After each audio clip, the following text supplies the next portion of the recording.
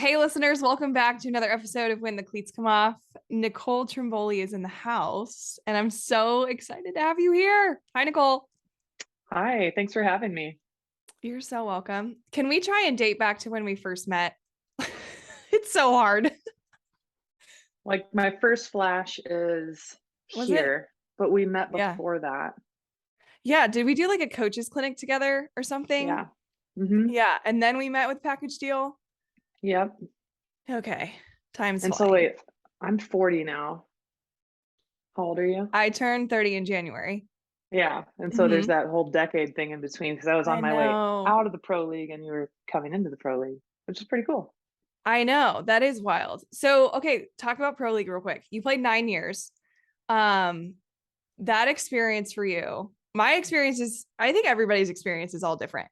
But would you hmm agree that to play in the professional softball world back when you and I did, it's probably even different when you started. You had to really love the game of softball to be in this league. That was a yes. I mean, my short answer is yes. You did. And that was honestly one of the first places that I ran across players that didn't feel the same way about it. I actually had one of my teammates literally say to me, like, Nicole, not everybody feels the same way about the game that you do. hmm And I was just like, really? How could you make it here? And to be honest, the people that didn't last long. Yeah. There was a high turnover rate. Like every year I kind of told people, it's like 60% of the rookies you saw playing in the World Series and killing it and make it to the pro league, like they don't make it a second year. It's so hard. It's Yeah. so hard to play at that level. Um, but I loved it. I really loved it.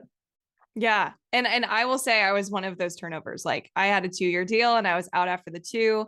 Obviously for my own circumstances, like I was released from my team. And if I wanted to go join another team, I could have. But I was at the point of like, I need to figure out what's next. Like my love for the game is kind of washing away. And it's sad because like Yeah. obviously as a rookie, I was so excited for this experience. And we don't have to go too deep into NPF life, but it doesn't exist anymore, which is I wild. know. But there are now other professional outlets that are doing crushing the game. So I just love that Yeah. the NPF is what kind of led to this new era of pro ball. So, but you did have to love it. I mean, you don't get paid a whole lot, and athletes still don't get No. paid a whole lot. And that was like the whole point. It's No. like how did you make a living outside of the pro game, with deals, or you were coaching in college, Yeah. right? Yeah. I mean, honestly, so I got drafted in 2004. Played my first year. I loved it. And then I finished up my fifth year of college, and it was the same moment of like, what am I supposed to do now? And Yeah. so I honestly fell into coaching. I had a good friend of mine, Kristen Johnson, was coaching at the University of Maine, which I don't know if you guys understand how north Maine is because I didn't. Mm-hmm. It's So Canada cool. basically. Yeah. Yeah. So she's like, you're not doing anything. We need help. Come up here. So I came in January, right before traditional NCAA season started, and I loved it. I absolutely loved it. We had 7 seniors on the team. They were so much fun to work with. One of them was older than me because she had two medical red shirts. So she was like a couple months older than me. And that was my first experience. And so I figured out really quick, like, I'm going to work the rest of my life. And I want to be in charge of when my career's over. And so Yeah. I coached, and a couple times I came across a head coach that said it would be okay for me to play. And then when time came, it wasn't okay. And I left the job because of that. It's like, I got the rest of my life to to to give back and coach, and I'm only going to have a very small window to play. Mm-hmm. Mm-hmm. And you ended up coaching. Did you coach in college longer than you played? I'm curious about that Yes. turnover. Okay. Yeah. Yeah. So my first head job, I grew up in Colorado, so I wanted, you don't know how much you love it here until you leave it. Yeah. And then I was I like, believe man, that. yeah. So I really wanted to get back here. And a head job at a Division II school opened up at Regis. I was sloppy seconds. They interviewed 3 people and they didn't like any of them. So then I got the call, and on my interview, I had a broken leg. I broke my leg one of the years playing in the pro league. And the AD asked, she's like, well, are you done playing? And I said, honestly, like, I don't want to be, but for this job, I would. Mm. And she was awesome. She was like, "No, I think we can work both." And so I played 2 more years, and then I retired and I kept coaching for a few more. Wow. Shout out to that Yeah. AD that allowed you to do that No. because you Ann don't see Martin. that. Thanks, Ann. Oh, Yes. yeah. Yes. Shout out to every player that's still playing pro and like working at a college.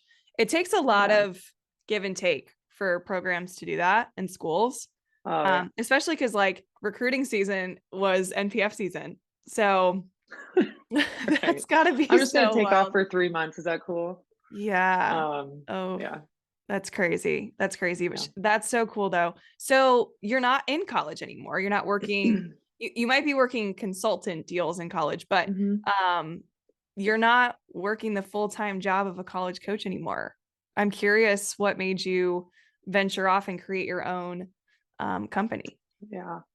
Well, it's funny. I feel like there's more and more of us that are doing that, for better or for worse, right? There's a plus and minus. I loved my time at Regis. It was a very peaceful parting, and we knew we were going to leave. So, we wanted to get some things done our last year there. Like they didn't have a locker room, and so we made sure to leave that program with, better than we found it. But both me and my assistant, we were ready for something more, but we didn't want to move our lives. Like she wanted to go back to school.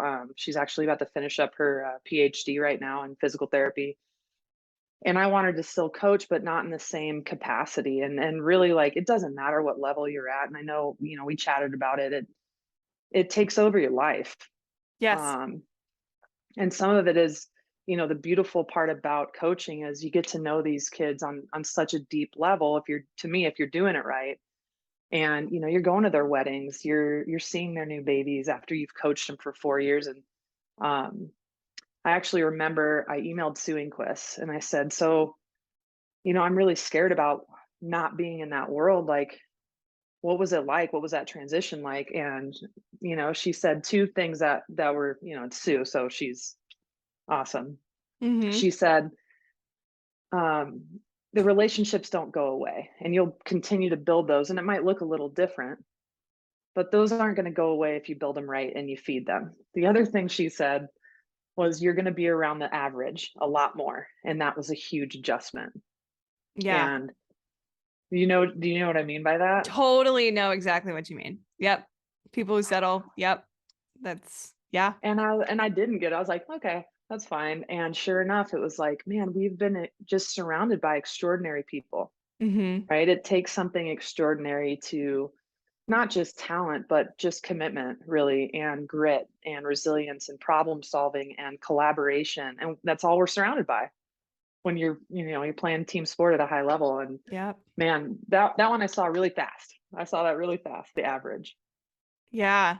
That's so crazy and unique. So, um, when you decided to make that move, what did it look like at the beginning? I'm curious about this simply because Yeah. I kind of made a similar move. Like I was done with pro ball, didn't know what to do. And I just started giving lessons. Like that's where it started for me. And then Mhm. I started realizing like, hey, I live in the Midwest. A lot of people in the Midwest don't think we can be as good as those people out in California and Florida and Texas. And Yeah. no, you can reach your dreams even if you're over here. So that's where like online training started for me. And, this podcast came out of it.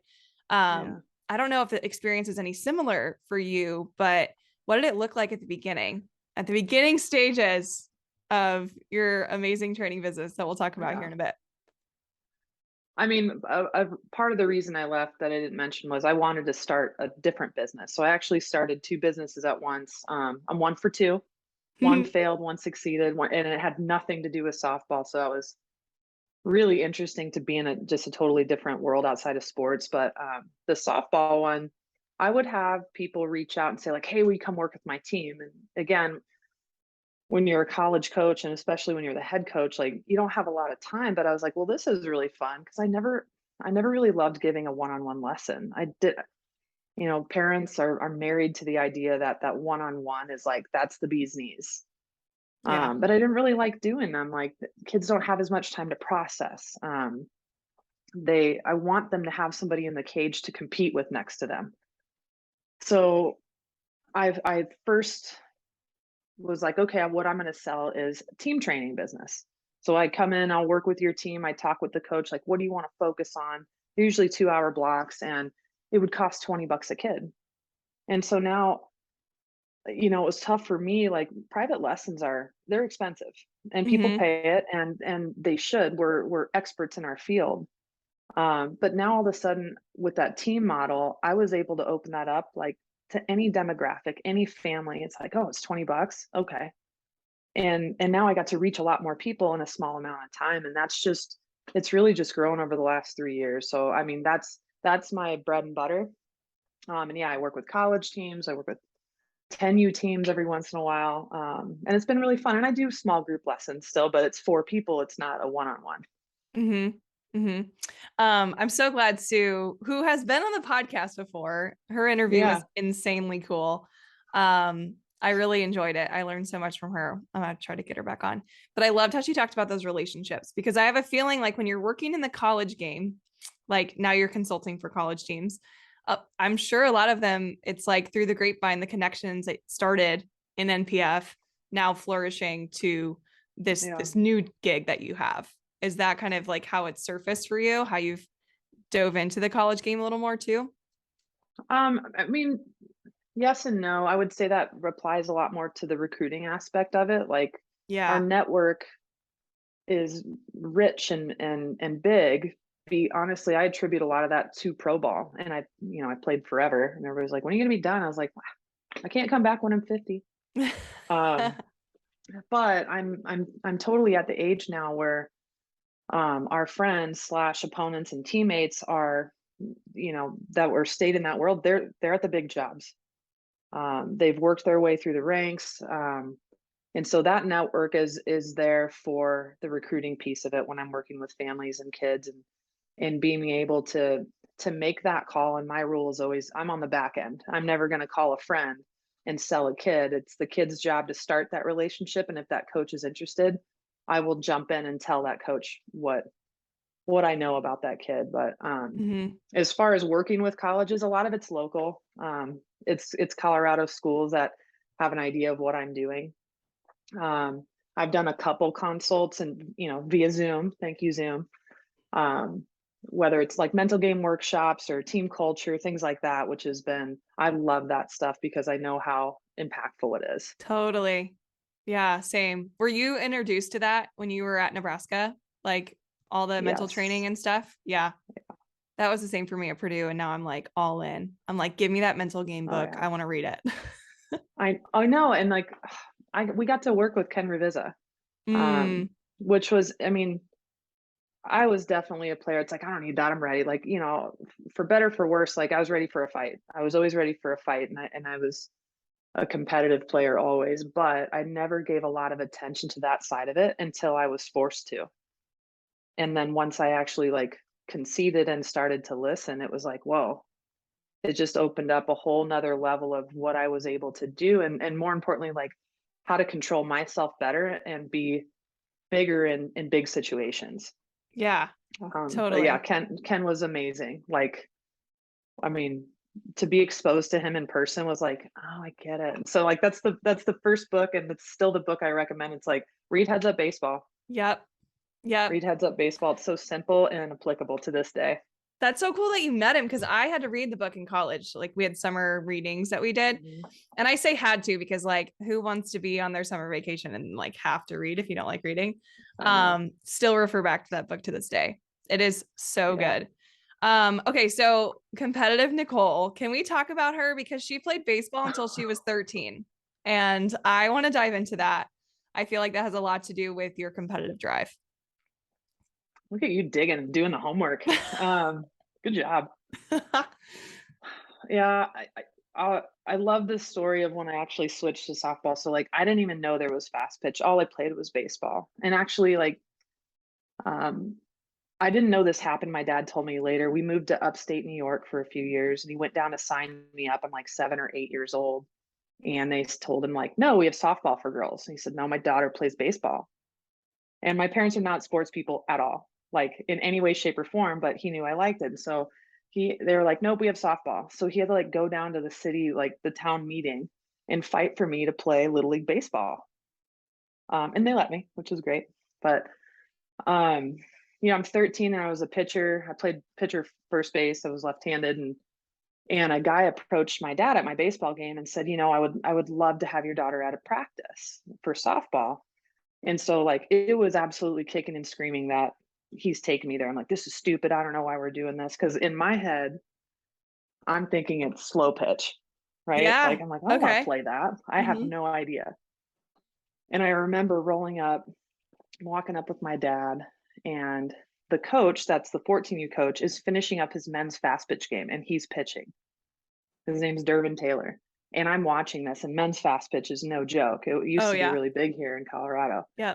And I'm like, oh my God, what is this? So, then we practiced, and it was like, I just fell in love with it. I loved how fast the game was, but I do attribute so much of just the fight and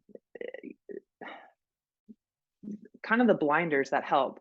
I Hmm. stopped worrying about what people thought a long time ago, because every single time I'd have to, start with a new baseball team, like they didn't want me there. And I could feel it, but it was like I loved the game so much that always was enough to like, "Oh, I just want to play hard," and it was enough. And so I look back now, and I'm so thankful that I played baseball as long as I did. I think it was a huge part of having to prove myself that I could play, and then they'd be like, "All right, you're good." And then the boys were awesome to me. Yeah, that's good. I grew up in a neighborhood where I ended up playing baseball first when I was 7, and they Mhm. were all with my neighbor boys boyfriends. No, Yeah, they were just boys. And they were actually jerks. Like all together, really. like, but it was kind of the same thing. Like I had to prove myself. And every Mhm. time I'd fall on my face, I'm like, well, I'm gonna get up and I'm gonna prove them that I can do this.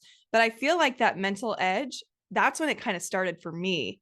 So is that like one of the big lessons that baseball taught you was like keep showing up and not like trying to prove people wrong, but proving yourself right in a way? Yeah.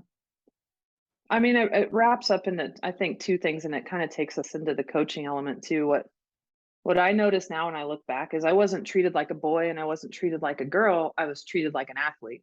Yeah. And so many times I will go to a younger, softball team's practice, 10U or 12U, and most of the time, like, I mean, I'm going to go upwards of 90% of softball coaches are males. And Hmm. most of them don't want to make little girls cry, but it's to the point where like they're not pushing them and coaching them and teaching them the game. Where in baseball, like they're pushing those guys and they're demanding focus and they're demanding understanding of the game and raising that game IQ, instead of like, oh well, they're 14 you now, let's work on double plays. Like um and so like whether we're coaching boys or girls, because I always have a coach tell me like, well, girls and boys are different to coach. Like I know too much now, and I've heard too much from young men in college to know like they care just as much about what their coaches think about them that girls do. They just don't say it. Hmm. They don't. And so that transition for me was easy, because my first 14U softball coaches, like they taught us the game, and they weren't yelling or like screaming at us, but they had a standard. And that transition, and again, I was lucky, like we didn't know these guys that were like, come play softball. Yeah. um I had already been taught so much on the baseball side that it didn't feel like I was catching up, other than they make you stand way closer at first base than in baseball. That was like, no, that's I didn't It's get too it at close, bro. too Yeah. close. What are we doing? Yeah. No, I'm perfect segue, by the way. Like it's almost like you knew where I was going here. But I was just listening to an interview with Patty Gasso and Leah Amico. Leah Amico has a new podcast, Gold Standard. It's really good. Oh, nice. Um, but it's so funny that you say that like this is how men and like the successful male coaches in baseball, like this is how they train their kids. And I'm like literally demanding a high standard and discipline. Like that is what Patty Gasso's like middle name is. Like she was asked what the secret was to success. And she's just like, well, first of all, we have to get the right kids that work with our system. Yeah. But like, she's like, we work hard. Like we work so hard. Like people are like, what's the secret sauce? Working hard and not complaining and putting the team first. And I feel like, I was lucky. My dad was one of like the great male coaches in my life who, demanded this sort of excellence from everyone on the team. and slyly myself a little bit more on the side just because I had big goals. But I think that's like a misconception. Like people are like, no male should be coaching softball. And I'm like, look at Mike Andrea. Like, look what he did to the game. And obviously we have Patty Gasso, we have a Sue Inquist, we have I mean, just so many names. It's just insane. Like Carol Hutchins just retired. Like we have these demanding coaches in females. But what's crazy is, males can do the same, but I think males just need to figure out what that empathy piece is and know when the boundaries can be pushed. That's as far as like I've kind of learned from males. It's like they falter on one side or the other. It seems to be extreme often. And with that said, all of them, no, but a lot of them. Because I've had some amazing, they never had a female coach until I got to college. Yeah, Rhonda's the best. I know, they're awesome. They're still there. Yeah. For a reason. They should still be there. And so that moment of, do I ask for more or do I soften up? It's, to me, first and foremost, you have to lay a really good foundation with your kids. It can't just be all about softball all the time. And there's such easy ways to do that, because when you build a level of trust and I see you as more than a person, or sorry, more than an athlete, I see you as a person too, then they're going to let you push them more. Mm-hmm. But if it's just about their performance all the time and that's the only thing you ever address, like when you get on them or when you tell them that what you're doing is not good enough, here's what I need you to do, they're way less receptive to that. And so show up early to practice. Talk to the kid that's the worst one on the team for 5 minutes about her day. Because then when you get into practice and then you're riding her about something, it's like, oh, wait, that's right. Like he's a person or she's a person too. And so a lot of that, I think, is just bookending on beginning and ends of practice. Like have conversations with your kids that have nothing to do with softball. Yeah. Just establish the fact that you see them as human beings first and athletes second. And then when you go after them as an athlete, or you stop a drill or whatever and say, like, we're starting over because I know you guys are better than this. Here's what we need to do. Let's try again. They're going to accept that so much more than, you're kind of cold with them. You don't interact with them. You don't engage. And I don't know. I think I'm very much a product of Rhonda and Sipple, because they were relationship first, coaches second. And I'm proud of that. I have zero, there's nothing else I'd rather be. Yeah. And you do such a phenomenal job of it. You're one of the kindest people I know. I mean, we literally got on this call and the first thing you asked, like, how are you feeling? Like, I think like that is this sort of, and that's the same as Carol Hutchins. Like my sister played for her this past year, and, everybody thinks she's this hard-nosed coach, and like, you actually get to know her and she's that when she needs to be that. But truly, she cares about her players and who they are as humans before anything. And a lot of coaches come up to me asking, how can I be more connected with my players? And the first thing is treat them as humans. Like share a little bit of your life with them. They'll share theirs. Like, I think that's huge. Yeah. That piece you just said, and I don't feel like coaches do that enough. They want to know you as well. Mm-hmm. And it doesn't mean you got to tell them your life story. Like you're working with 12-year-olds or 18-year-olds. But if they ask, how are you? And it's like, oh, remind them like, oh, good. I had a tough day at work. We had this big client, kind of like, they may not know what any of that means, but there's that moment of like, oh, you have feelings too. Like, yep, sure do. And we have stuff going on. And it's all of that. It's all of that. It's being transparent with boundaries, really. I know. And it's so crazy because you think about, I had a coach in college who she never shared anything with us, and everything was a job. Like, and it was miserable. I thought about quitting after my sophomore year of college. She was fired though at Nebraska. She told us at the end of the Big Ten tournament, Nebraska. But the entire 360, because I've seen great coaches who have empathy and like share a little bit about their experience. It's like when you do that, like you said, you tend to show up more yourself because you're not feeling like you have to be guarded because your coach is acting guarded and doesn't want to know anything about you. And frankly, you're not allowed to know anything about them, but it almost makes you play more free when you have a coach who, does care about you and does want to know when things are going on, we're in a mental health crisis right now. Athletes are really struggling with their mental health. They need people and mentors in their life that truly do care if they're having a bad day and where it happened. Like, and obviously, like, we're not therapists, but have you ever been told by a kid that, like, you're like my therapist? Because I've been told that, and I'm like, oh, I'm not a licensed therapist. But I think there's a listening aspect that I think coaches need to have a little bit more of. Yeah. Well, and you brought up part of the struggle of being an NCAA coach is you are expected. It's not just like, oh, that's a nice thought. Like, you are expected to be great at the therapy, the coaching, the discipline. It's like a laundry list of things that's the expectation. And man, if I could go back and I knew I was going to be a coach, like, I would have 100% gotten my degree in like educational psychology. Yeah.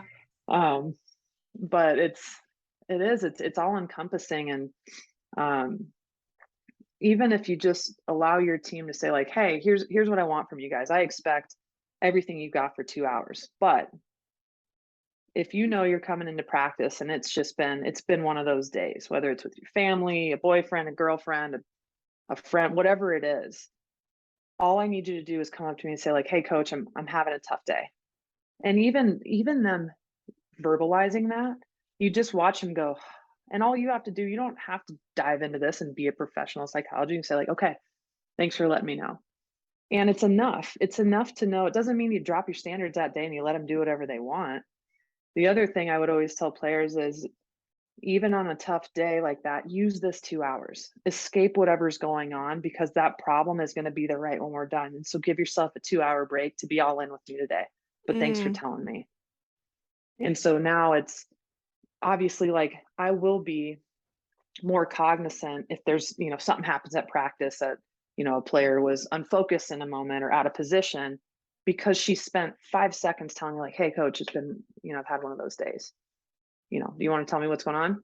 No. Okay. Just thanks for putting it on my radar. How long does that take for us to do? Yeah. To relieve them of that.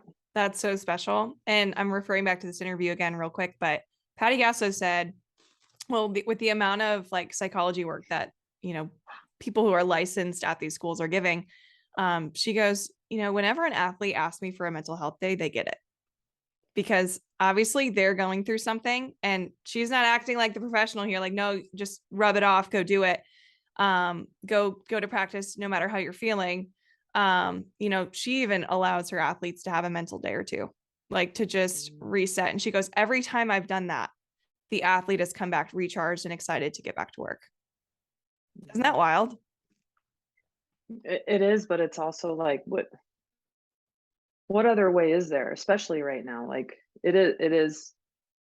we're in crisis. I don't know another word to use for it. And, for a multitude of reasons, I don't know if we can articulate what really happened to young people during COVID to feel that disconnected. And then add on the stress of playing a college sport. Like, it's hard.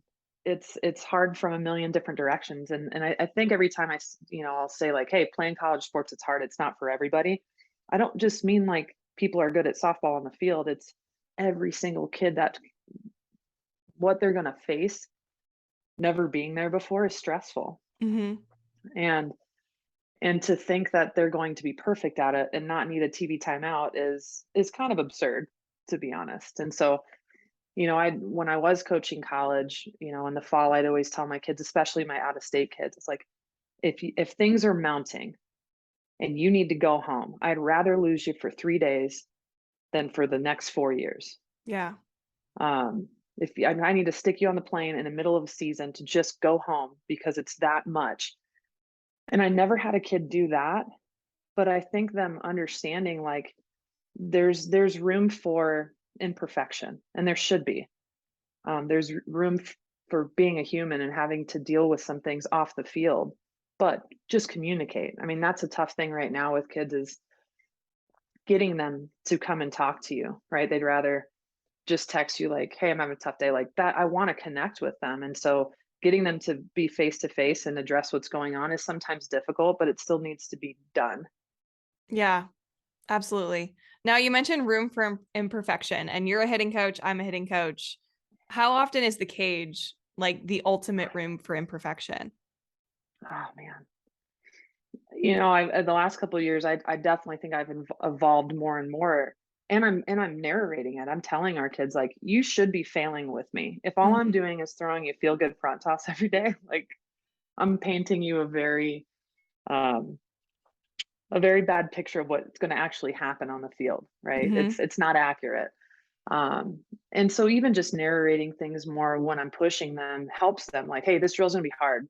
We're probably gonna fail at it more than you succeed. It's okay. And it's like that you watch them go, all right. And I could do the same exact drill, but not say a word, and they crumble in 2 or 3 swings when they don't get it. Um, and so challenging athletes, if you're looking to transition, that cage time, that practice time on the field, then we've got to do a lot better job of putting them in pressure situations. Like I kind of view, stress and pressure, they work together. And so if I can create more pressure in practice, that stress level is going to come down on game day, because Mhm. a lot of the emotional mistakes they make is not the pressure of the external situation, it's the stress they feel from it. And so I mean, I always tell kids, it's like hitting's so much fun. I say it's really hard, but it's so much fun. I love how hard it is. And the more we normalize that and get them used to it, it's like it's okay. Like, I mean, it's amazing to watch a kid get so mad after 8 swings. And it's like, how long you been doing this? About a minute. Why would you be perfect at this yet? Right. And then by minute 5, they're getting it. It's like we got to Mhm. be patient. Absolutely. Absolutely. So let's talk about this. So hitting slumps are the ultimate test of patience, right? Do you believe in the term hitting slump? Because some people do not. Do I believe in the term? I think there's ebbs and flows, but a lot of the time, if I'm in an ebb during a season, it's almost always self-inflicted, Totally. right? Like the game stays the same. Some people are a little bit better at putting it in that little box they got to pitch it into, but the game's exactly the same. How I'm approaching it, something must be off. And so the focus has to go back to what did I change? What am I doing different? How do I get back to that flow part again, that flow state? Hmm. So for you, when you were in that ebb, how did you get yourself out of it? Man, I gotta think back. It's been a long time. I know. So some of my athletes, I'm teaching them a little bit of journaling. Like, hey, if it's a crappy Mm, day, write about it. Like, how did you get here? I think trying to find like the core, like where did it start, is huge mhm. for. I mean, at least when I'm teaching now. And if I go back to when I was struggling, again, completely self-inflicted. I wasn't super into journaling, but I would try to like let go. So I'd try to find a teammate and be like, hey, give me something to focus on because I am so in my head right now that I can't Yeah. even breathe. And I have this scenario, I think I've said it before on the podcast, but there was an athlete. She was one of our bullpen catchers. Her nickname was Mega. She's the best. I was like, It's an Mega, awesome nickname. I know Megatron is like her longer nickname, but I was like, Mega, give me like just a random word to think about. I'm just gonna like go up to the plate with a Mhm. random word. And she goes, kumquat. I was like, first of all, I don't even Nailed it. know what a kumquat is. I had to look it up afterwards. But I was like, okay. And I literally said out loud in the box, kumquat, kumquat, kumquat. And I hit like this line drive to center. And I was like, I'm back. And I feel like it just took putting my focus onto something other than all of the negative XYZs going on in my brain to get out of it. And then Mhm. now I encourage my athletes, like, write that down. Like, that'll be like, instead of waiting 4 games before you figure this out, how about we figure this out in 1 game or even one at bat? Yeah. Um, that's kind of like how I would describe my slumps and getting out of them. But Yeah. I don't know. Did you have any other tactics you used? I mean, you brought up a lot of things that, like, even last night I had a couple hitters that I finished my night with, and we talked about the four things that high level athletes do to control the mind, right? Yeah. And so kumquat, like it's not a negative, it's a word or a phrase that's very simple. Mm-hmm. Like that's one of the tactics, is to have, like, if I need my mind to be quiet, which I think we're still on the agreement of, when we're hitting great, somebody goes, what are you thinking about? Nothing. Like that's our response. I don't know. And so we're always trying to find this quiet space with all the information that we have now. How do we process the information, but still get in the box and be quiet? And it's really hard. And so your teammate Mega, awesome, hey Mega, gave you kumquat, that one simple word. That's a big deal. And it gave you, and you said it's like so just one thing to focus on, right? And so simplifying the game again. And so when you ask like what would I do? Um, when it got noisy, and that was usually the problem, is this got noisy. I was thinking about my foot getting down or what she might throw, and all of a sudden it was like, I can't hit like that once both feet are in the box. I think that's such a sacred space. Um, I just try to drive it right, like during practice, like just hit the screen. I have one focus. I have a small target. It's just drive the ball back to the screen. Because if I'm doing that, I'm staying through the ball a long time. I'm not picking apart my mechanics because, Mm-hmm. at the end of the day, you're just looking for somebody to get a barrel on the ball. And sometimes it looks ugly, but if you can get a barrel on the ball, good things happen.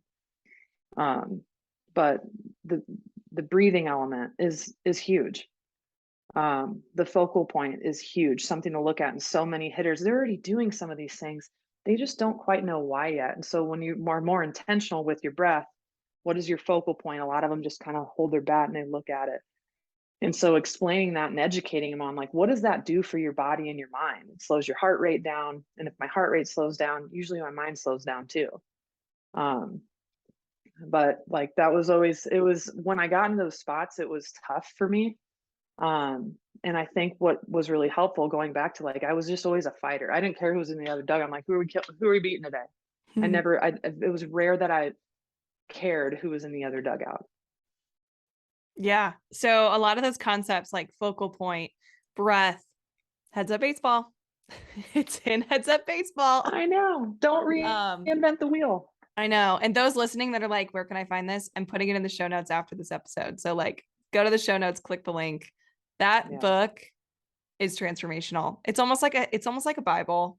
I mean, not Oh obviously yeah. to the holiness level, but like it's such a good tool to refer back to when you're going through something like you're hitting slump Mhm. or you're a pitcher and you're trying to figure out like how to have a stronger mental game, just that fierce competitiveness if you feel like you've lost it. Like Yeah. the answers are there. It's just wild and crazy. Another book I love is Mind Gym. I feel like a lot of those same Uh, concepts are in that book. Have you read that one? yes. Yeah. A couple times. It's amazing to go back and read someone or something when you've gotten older and Yeah. you can You just interpret it process better. differently. Yeah. Yeah. Yeah. 100%. Yeah. It's great. 100%. So hitting wise right now as a coach, do you, how do you put the strength of mental game work? And you talked about like adding failure to your practices. I love doing that Yeah. too. At the end of every single lesson, I always end with some sort of, really tough challenge. Um, but how do you combine that, like the mental game, the mental toughness with obviously the physical part that you Mhm. share drills all the time on your page. So obviously you care about the physical swing, but how do you Mhm. incorporate both in your training?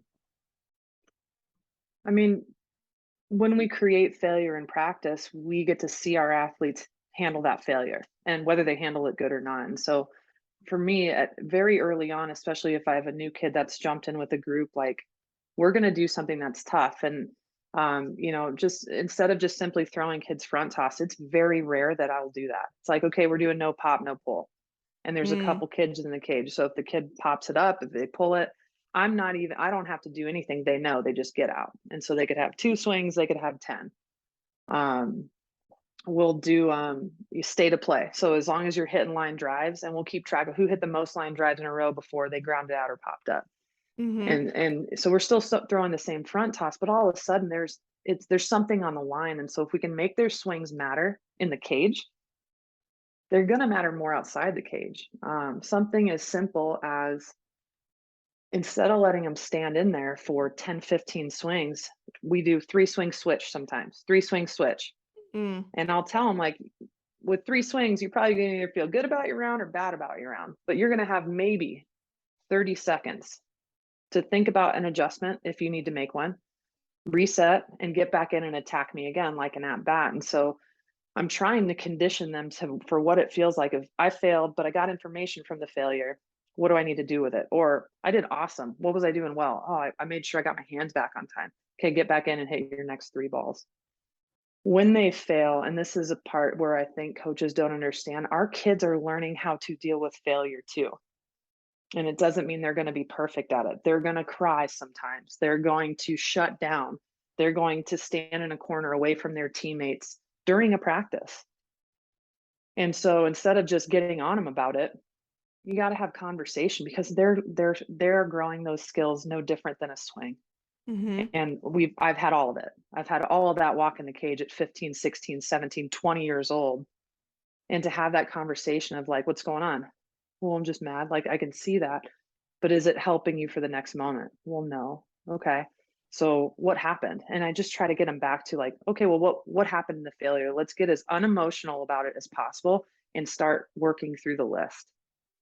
All right, this happened. What do you need to do about it? Well, I need to keep my hands up. Okay, how are you going to do it? And that's the part that kids don't get to a lot. They'll tell you why they messed up. Mm-hmm. And then if you ask, all right, how would you have wanted to attack that pitch? Well, I should have done this. Okay, how are you going to do it? Oh, I need to make sure when I pull my hand back, it goes back and not down. Awesome. Let's go in the cage again. So we're trying to get them to process versus have a big emotional reaction because we know they're going to fail hitting so hard. Yeah. And frankly, being a human is hard. And we are so mean to ourselves in general Oh, that, like, yeah.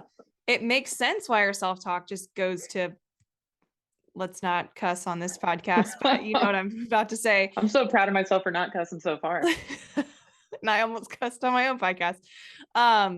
But we are so mean to ourselves. But what's crazy is I was just about to ask you about self talk. It sounds like the answer is remind yourself what you should be doing. And in the cage, when you're training, when you're going through these challenges, like keep repeating what works and keep repeating those phrases that work for you.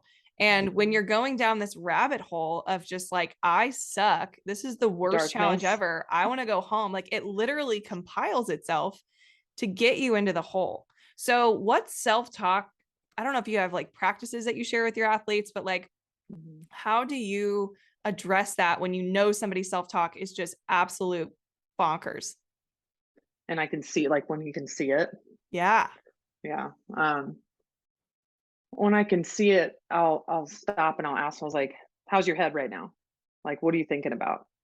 And then they know. It's like step out, reset, or like go to the back of the line, let somebody else come back in, just reset yourself. Like it's okay to recognize the moment and then move them out because they're not going to perform anyways. And again, like just narrating that, like, how successful are you going to be right now with your head where it's at? Not very. Okay, then get out of the box. Um, one of the most powerful things in terms of self-talk that was ever said to me was Sipple, Lori Sipple at Nebraska. She's the pitching coach. And I don't know if it was my sophomore or junior year. We were actually playing Michigan, I think, and they beat us. And she goes, I want you to take a second. And Sipple is like a lady of few words, but when she talks, you're just like, oh my God, that was so good. Yeah. It We was all have those around people. us. Yeah. Yeah. Yeah. So it was, and I needed to hear it for sure. She goes, I want you to take a minute and I want you to, think about after a mistake, whether it's a strikeout or you booted a ground ball or whatever it is, I want you to think about how you talk to yourselves. And she literally paused and she just stared at us and it's like, okay, so she's for real. Okay, think about this. And then she asked such a simple question that I'll never forget. And I share it with every team I work with. She goes, would you ever talk to a teammate after they failed the way that you talk to yourself? And it Mm. was just like that moment of like, oh, there's no way. And so the ability to forgive yourself is, again, it's a skill. It's hard. And having standards is important. We need to care about what we're doing and how we're approaching it. But at the same time, like that moment of forgiveness that we're so quick to grant to our teammates needs to be very present after we fail because we know we're going to fail. Mm-hmm. And again, so my question to club coaches are you talking to your players about that?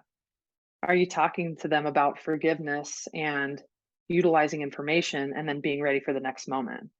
Or are we just lighting them up when a ground ball goes through their legs with runners on base? Like they, of all people, know they made a mistake. They're very aware.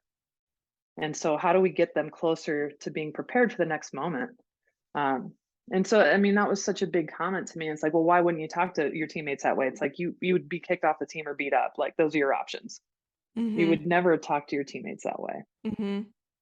Yeah. And it's funny because you say like, coaches, would you remind them for this thing? Well, parents I feel like they're also coaches, in their child's life. And some of Mhm. these aspects that you're talking about can definitely be, you know, used in school or other extracurricular activities that they do or things around the house. So like how if you were to talk to a parent about like making sure you're showing up for your kids so that they can succeed, would you say pretty much the same stuff, or would you talk to parents a little bit differently? Because as a coach, we only get them for X amount of hours or minutes Yeah. a week. What would you say to parents who are trying to like do this for them, but obviously they're with them more? It's a really hard question, I'm sure. I I mean it is because like it's parenting is that's a whole nother level of connection and stress for your kid who's trying to perform in a moment, right? And Yeah, even my friends who played at a high level, they now have 10 and 11-year-old kids, and one of them was like, "Well, I set my timer so I know when the game's over so I could stop being stressed out." And she doesn't yell or scream during the game. It's funny, the most craziest parents are usually the ones that like have never even sniffed at playing something at a high sure. level. Yeah, they And don't they so don't get it. They haven't been there. they Yeah. haven't been there, yeah. Yeah. But I don't know that it should be that different in terms of that piece. We can mess up our athletes in two ways.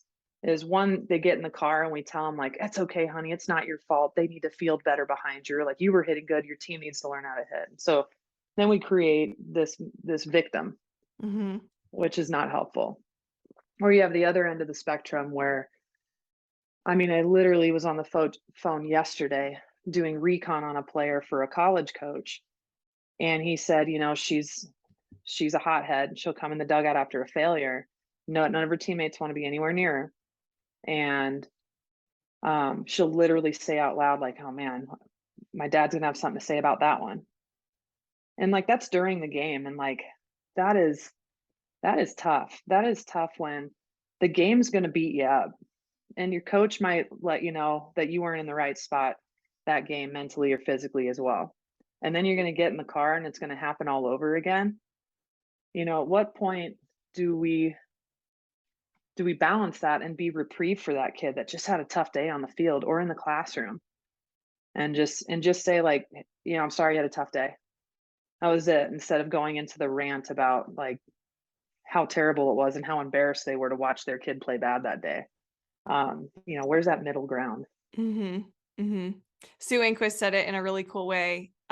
She said, parents, your job is to pretend like you're watching a movie when you watch your kid. Ooh, Like I like that. just pretend like you're watching a movie. Like obviously like get excited for them, whatever, but like you're not Yeah. going to be in a movie and start screaming at the screen, right? The umpire. But Yeah. like See, she's so smart. I know. But like it's more of that listening again. It's like listen Mhm, to understand. Like mhm. let your athlete figure out like what's going on and like open up the floor afterwards, be like, do you want to talk about it? And of course, like there are some things that do need to be addressed. Like, hey, what are we going to work on this week? Because like you don't want your athletes to show up to lessons and not work on this stuff at home. But like Right. what I get from that is letting your athlete kind of dictate what work they want to put in and you being on the sidelines, like, okay, I'm going to help you get there. Not like I'm going to yell at you more, even when you really stunk at that rise ball today. Yeah. Like, I'm going to work on that with you. And we Yeah. go to your hitting coach to learn how to work on it. And we're going to go home and we're going to do that. How much do you encourage parents to be at their athletes' lessons or time with you?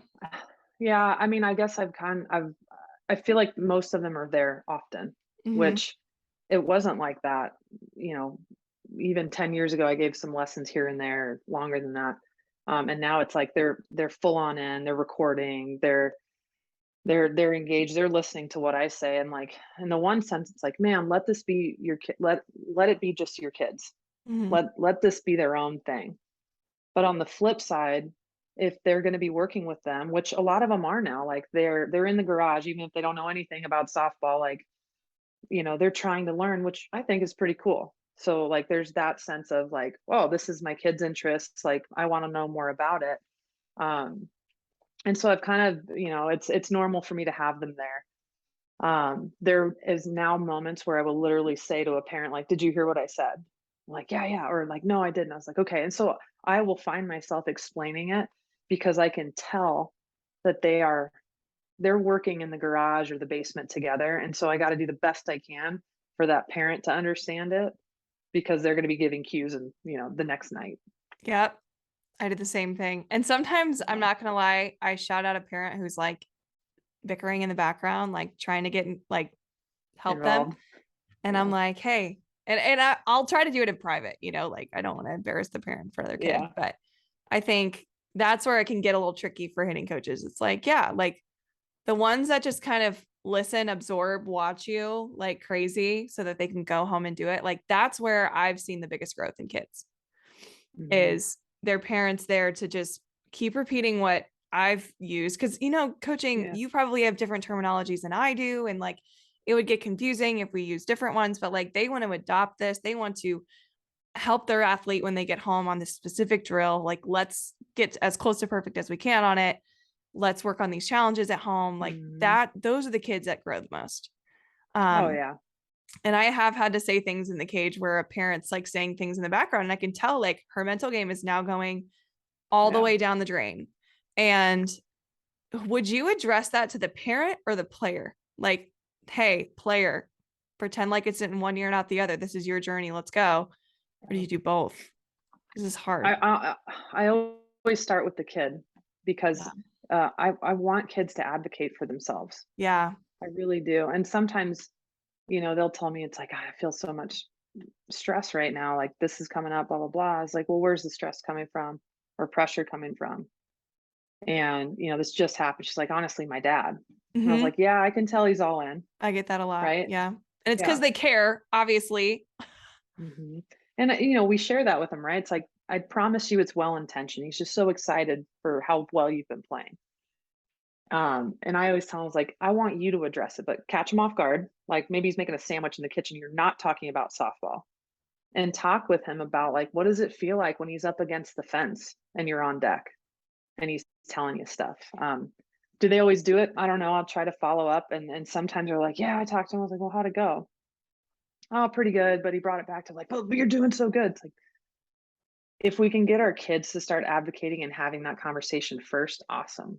There's been a few moments where I felt like, it's hard with our job. It's like, well, don't tell me how to parent. It's like, that's not what I'm doing. We're all very interested in your kids' happiness and success with this game. That's why I'm trying to address it with you. Is that Hmm. on game day, you're making games harder instead of easier. So don't be the 10th opponent against your kids because that's what happens when there's a Yeah. bunch of people screaming at you. That's so true. That's so true. I love that we're getting into like the players and starting to own their journey. Those athletes that have these huge goals for themselves and have Mhm. these high standards for themselves. They want to play in college or they want to make their varsity high school team. How do they set themselves apart? How do they do that? And I feel like a lot of it has to do with their training. I do. I agree with you. I think so much of it has to do with like, how are you approaching things? Because they look at making a team or getting recruited like it's in someone else's hands. Hmm. Like, well, they didn't pick to recruit me, so it must be their fault. I'm like, that's not it. Um, you know, it, the players who initiate their training, so it's not a parent dragging them in the garage. The players who said like, "Wait, can you show me that again?" Those simple things where it's like, "Whoa, they're actually engaged." They're not dependent on, "Oh, I did my hour lesson, I'm gonna get better." Like, I've been actually talking about what you just said so much more. And most of the time it comes back to just being able to focus, and be engaged in a moment. So I actually did use a movie analogy. I said, "Look, guys, just because you showed up and you came to practice because your coach scheduled it doesn't mean you're going to get better in 2 hours." So imagine if you went to a movie, you put in earplugs and you put on a blindfold. Did you see that movie? Well, no. but you were there, right? Yeah. Okay. Well, this is the same thing. You can't just show up and go through the motions. And I do believe like so much of what we teach in a lesson or when I'm doing team training, and again, just narrating it, like, I'm not going to change it in an hour. I'm not a wizard. We're not. It's what you do with what we talked about when nobody's looking. Mm-hmm. And, you know, I know kids have been hearing this over and over again. It's because it's true. It's because it's 100% true. Like, there's a kid that asked if she could practice with a 16U team I was working with because her 18U team doesn't practice. And she was even taking herself to 14U practices because their practices were more demanding than her 18U practice. I mean, that's amazing. And it doesn't happen enough where it's like, well, I got to stop waiting for the grown-ups to tell me what to do. What do I need to do Find a way. to make, yeah, to make the JV, to make the varsity team, whatever it is. That's so well said. I like don't want to ask any more questions because I feel like that's just a mic drop That's it. We're statement. done. But I mean, essentially, that's the secret. It's outwork, of course, Yeah. those around you, but like find ways to be challenged and get out of your comfort zone. And you know, this is the part that we love is like we want those kids to fail often. That girl Mhm. who's practicing with these other teams, that means she's going to fail more. That means she's going to get better. She's around maybe better talent. I think that's a Mhm. huge one, especially when the travel ball world is where it is. There's so many teams out there and they're so diluted, you know, Mhm. like you need to make sure you're on a team where you're not the best. I think that's, to me, that's a huge and important factor. And when you are the best, I mean, I was lucky enough, I was playing like Little League at the same time as playing travel for a minute. And on a Little League team, I was the best. But I did get to learn leadership skills that I didn't get to work on in my travel Mhm. team where I was, you know, middle of the pack. Yeah. So I think obviously it's about making the most of the environment that you're in, but also making sure you're in those challenging environments where you're not the best and you can be exposed to more. How do you Yeah. feel about that? It's well, it took my mind to the when you don't get what you want and you aren't the best, we see the team hopping happen. Yeah. And it's, you know, players that play together for a long time get a lot better and they perform together better because they understand how the other one moves and how they think and how to talk to them during a failure. Like there's so many things that come out of, you know, staying in one place as long as you can.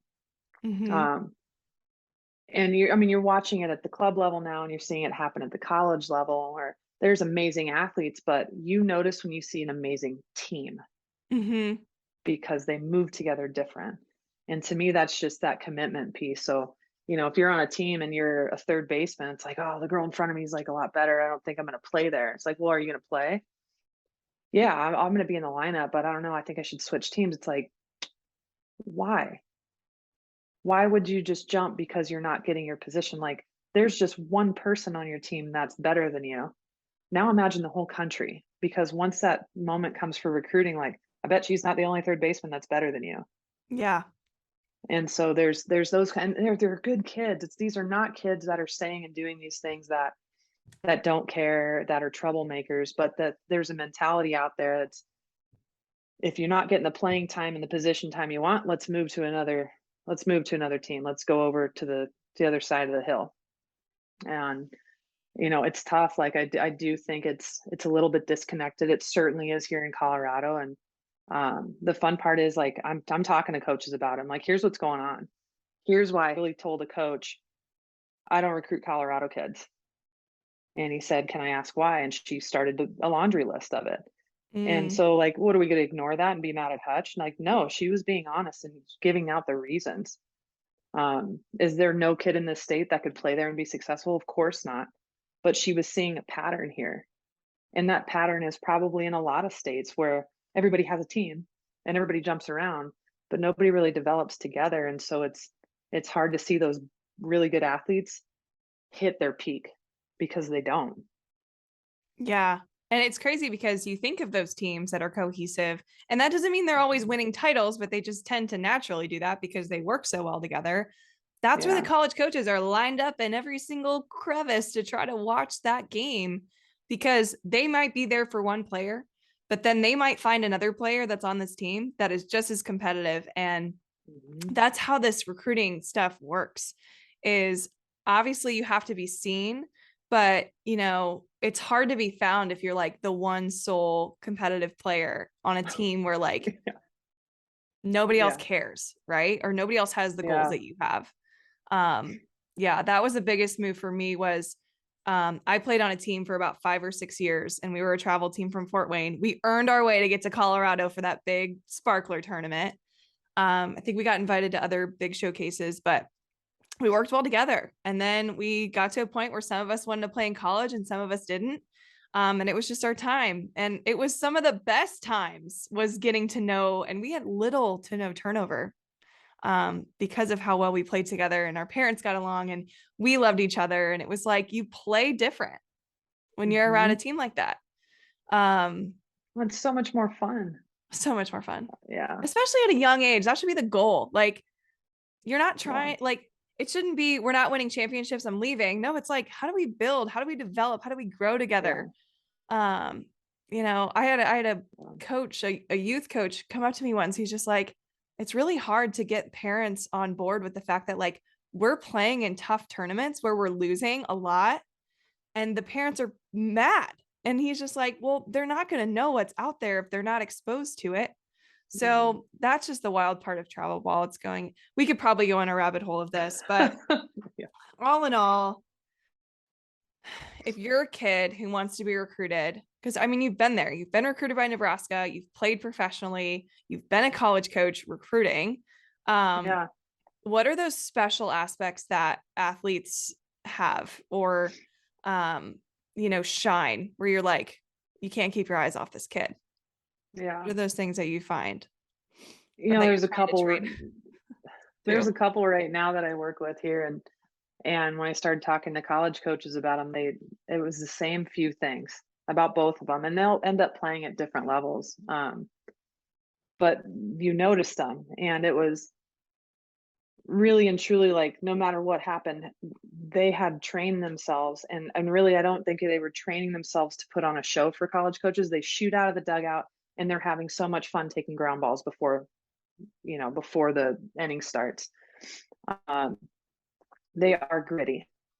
And that is a word that college coaches are hungry for. They are looking for gritty players. And I think gritty players get ugly hits. They make pitchers throw a ton of pitches. They talk more and louder when bases are loaded and they're on defense. They don't quiet down. They try to match the situation versus shy away from it. And you see Mm, that through body language, not performance. Like nothing I've said so far has been like, oh, and they're the ones that get the big hit. Like, yeah, we hope you get a few hits here and there. That'd be great. But consistently, college coaches are waiting for kids they're interested in to fail. yeah. They're like, okay, how do they handle it when things don't go their way? Like everybody knows how to behave when they hit a home run. Great. What do you do after you fail? And are you still that kid that shoots out of the dugout? Yep. Are you still that kid that is in the middle of the pack in the dugout when your whole team is hitting, not down at the end because you didn't like the last at bat? Um, that kid that takes a ball, like there was literally a kid I recruited. I watched her take a ball off the chin and I couldn't wait to see what happened. She turned around, she took a second, and she was pissed. She turned around, she goes, I'm good. I got you. My bad. And it was like, love her. There wasn't an excuse. There wasn't crying. And that still comes back to the grit, right? Mm-hmm. It was like, oh, it took a bad hop or the sun was in my eyes. It was, I'm sorry I didn't do my job for you. I'm here. I'm back. Mm-hmm. Yeah, it is still it kind of, you got to be able to play the game. Like let's not get crazy, but like you got to have the intangibles in line, and that's grit and commitment to your teammates, even when you're not playing the way you want to play. Mm-hmm. Man, I love this conversation so much. Oh, that's nice. I do too. So This is fun. much. I know. Can we do this Yeah. every day? Um, I love you. How do the people who are listening who love you now, like, are like, I need more of Nicole. Where can they find you? Where do you like to hang out? And you're in Colorado, obviously, but I like if am. they don't live by you, where can they Mhm. follow? Um, so my website's my name. It's NicoleTrimboli.com, and that just talks a lot more about some of the services I offer to teams. And I think that's what's tough is you and I both. So thank you for the nice compliments. It's always very awkward to feel because it's like I immediately think like, Ashley, somebody did that for us, Mm-hmm. right? Like somebody somewhere helped us get better at the game and mentored us. And that's a big part of what I do. Like it shouldn't just be about what happens in the cage. Um, we're trying to grow athletes like this. Mm-hmm. We're not just trying to make a good swing. We're trying to make a great hitter and a great person and a great teammate. Um, yeah, I'm on Instagram, I'm on Facebook, and I do put out different videos, whether it's about hitting or just food for thought for a parent and a coach because we are losing a lot of kids. They're quitting the sport. We can't find officials, and a lot of it has to do with like the grown up behavior. To be honest, it's not the kids that are the problem, and the game is not the problem.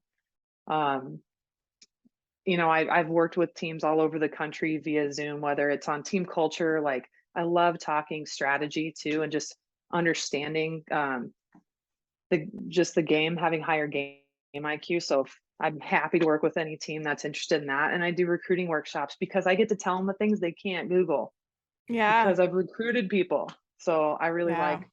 I really like working with teams and coaches on that stuff.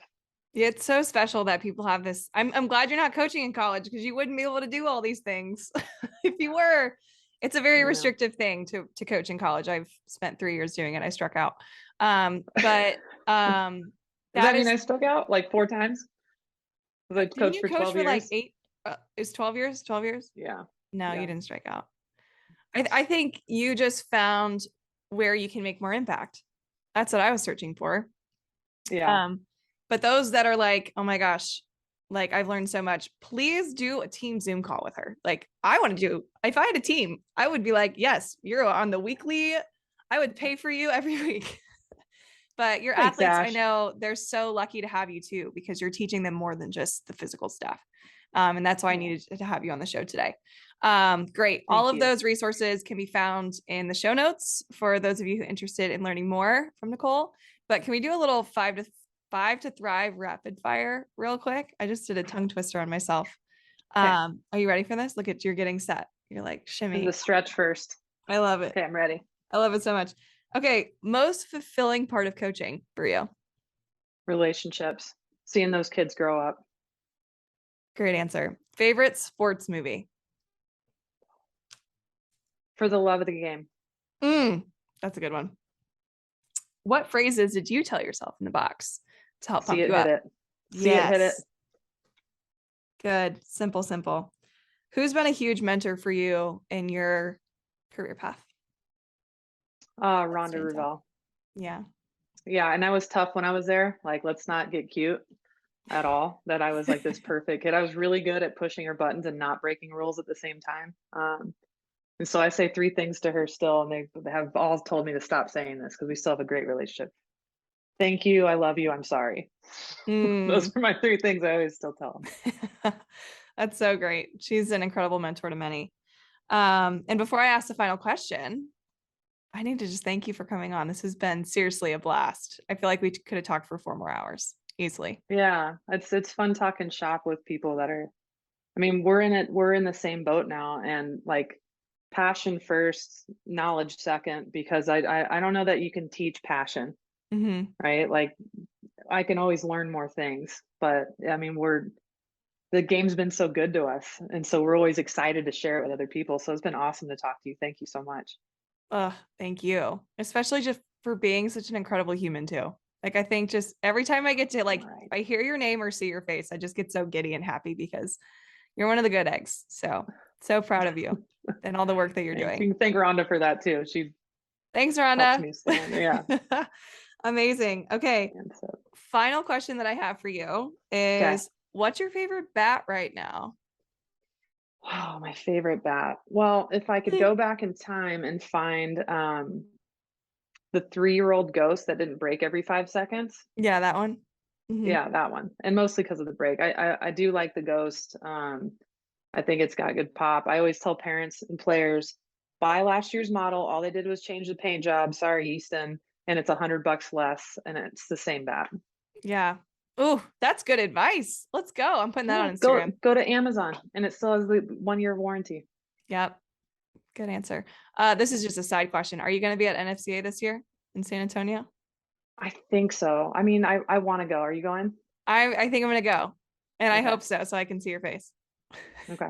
If All not, I'm right, just going to fly out and see you because I miss then you. we should go together. Okay, deal. It's All right. happening. All right. Thanks so much for coming on, Nicole. Yeah, thank you.